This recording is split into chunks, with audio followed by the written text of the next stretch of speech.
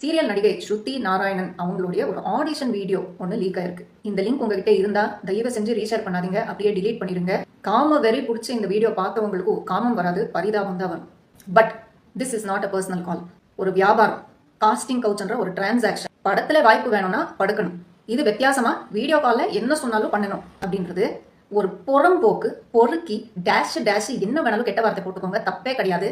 ஒரு பெரிய டைரக்டரோட மேனேஜர் அப்படின்னு சொல்லி ஒருத்தர் அங்கேருந்து என்னெல்லாம் கர்மாந்தரம் பண்ண வைக்க முடியுமோ எல்லாமே பண்ண வச்சிருக்கான். இந்த சைடு இந்த பொண்ணு கூட சிரிச்ச முகத்தோட அப்படின்னு சொல்லி பண்ணிட்டே போறாங்க. சத்தியமா இது பார்க்கும்போது மனசுல ஒரே கேள்விதான் வருது, ஏண்டா ஆடிஷன் என்ற பேர்ல என்ன வேணாலும் கேட்பீங்களா? இப்படி ஒரு மானங்கெட்ட வழியில படம் எடுத்து இத்தனை பொண்ணுங்களோட சாபம் சம்பாதிச்சு நீங்க எல்லாம் நல்லா இருப்பீங்களா? போய் குப்பையில போடுங்க அந்த படத்தை. ஒரு பக்கம் நெப்போட்டிசம், ஸ்டார் கிட்ஸுக்கு கிடைக்கிற ப்ரிவிலேஜஸ், கான்டாக்ட்ஸ், வாய்ப்புகள் எங்களுக்கு கிடையாது.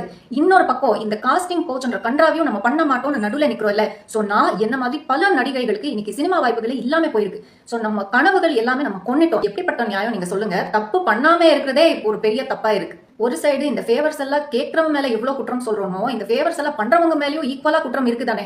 ஆனா ஸ்ருதி வந்து அதுக்கப்புறம் என்ன சொல்றாங்க, இந்த வீடியோல இருக்குது நான் கிடையவே கிடையாது, ஏஐ வச்சு பண்ணிருக்காங்க அப்படின்னு சொல்றாங்க. ஆனா இப்போ புதுசா ஒரு வீடியோ லீக் ஆயிருக்கு. அதே செயல்கள், அதே காஸ்டிங் கால் தான்.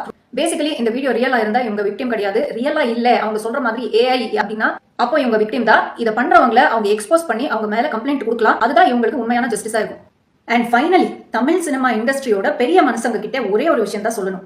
எல்லா நடிகைகள் சார்பா இந்த விஷயத்த நான் சொல்றேன். உங்க இண்டஸ்ட்ரி நாரி போய் கிடக்குது. First clean up your industry. எங்களுக்கு ஒரு சேஃபான ஒர்க் என்வாயன்மெண்ட் கிரியேட் பண்ணி கொடுங்க. சக ஆர்டிஸ்டா, ஈக்குவல் ஹியூமன் பீயிங்ஸா ரெஸ்பெக்ட் கொடுங்க.